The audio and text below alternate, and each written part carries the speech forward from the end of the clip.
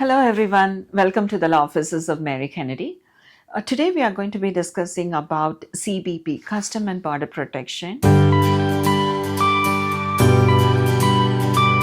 The first criteria that I want you to remember is before you enter into the United States, that's the border, you don't have any rights. Any rights means completely no rights. Even the freedom of speech. Always, as long as you're not a US citizen, you need to keep in mind that you are always subjected to a secondary inspection. How do you prepare yourselves, or what is that you have to be so diligent about when you enter into the CBP? Everything goes on well, but again, when you be taken to the secondary inspection, that's when everything matters.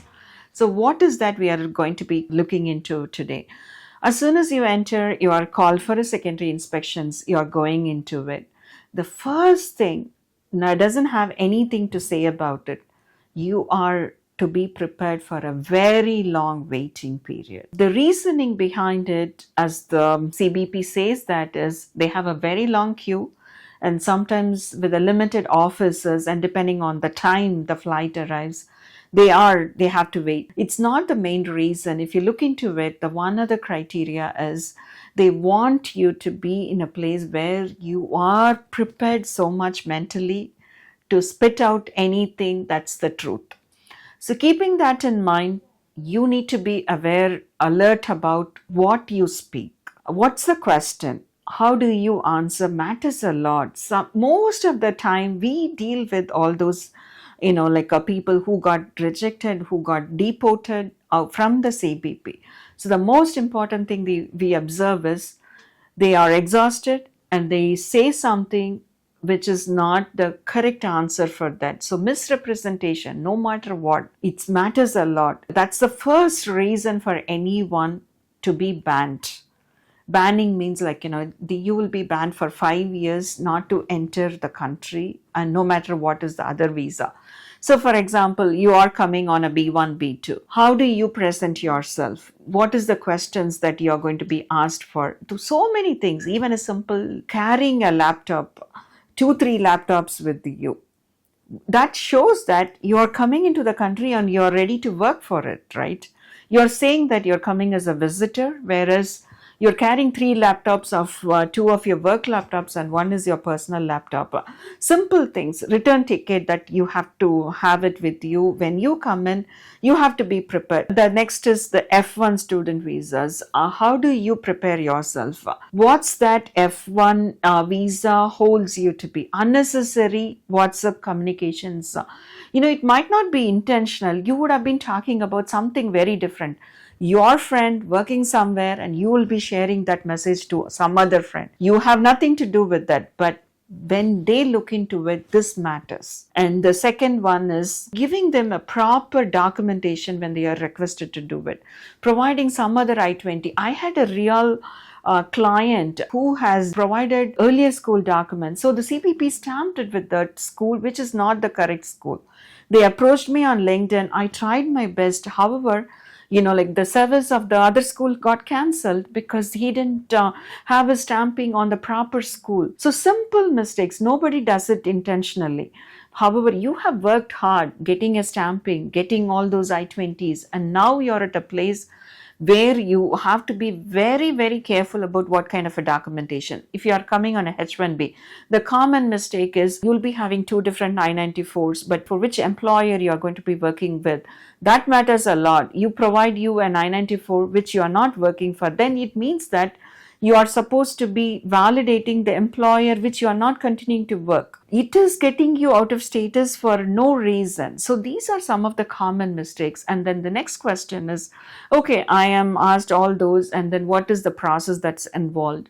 So you have to say that, the officer is inquiring, looking into your laptop, all your electronic items, and then asking you all the questions. Misrepresentation is the very, very common mistake that happens in the deportation. So be mindful about your answers. And so for whatever reason it happened, then the officer decides that he's going to deport you or send you back to your home country. What next? They will ask you to sign a document. They'll go through you, whatever happened. and what is the decision based on that, and they will ask you to sign a document. Please make sure that the communication, whatever happened, is what you are agreeing to, because this is the record that we have to present it back to fight about it. So get the copy of the document as well, because that matters a lot, and then they'll retain whatever they had been speaking about. It becomes harder. So this is all common occurrences that happens when you're at the CBP. However, be very, very mindful about having your electronic like devices very properly used, and please pay attention to your social media now matters. They can even go through your social media account. So all those are something that you should be mindful when you are entering into the CBP. Because of expired I-94 and H-1B is deported, do we have the chance of fighting it? So it depends on the number of days, right? So most common one is the passport copy getting expired, and they have a short duration. And then if it's less than 180 days, still it is, there are so many complications that's associated with it. You don't have an I-94, you stayed in the country and you had been employed with your employer. That also involves unauthorized employment because you don't have a status to work. So that's all matters a lot more. So always pay attention to the I-94, especially when it's a short duration and you renewed your passport. Make sure you contact your employer or step out of the country and come back on the same visa. And there are many other port of entries who are understanding it through an appointment. If you go to them, they are able to renew it with the new passport and your I-94 through the port of entry itself. After we are deported, how long should we wait to apply for a re-entry? So it depends on a reason of deportation. So many times the fraud and the misrepresentation does involve more of more complications, and there are times when the officer itself recommends that like you go to your country and then apply for a new visa, because your visa is also cancelled along with it, so you don't have a validity of visa, but they will recommend what could be the next steps. In some other cases, depending on the reason, it's totally, in some other cases it needs a waiver. If there is a fraud, you need to fight against it to establish that like it was not what could be the reason, through so many affidavits and so many documentations are involved. Thank you all.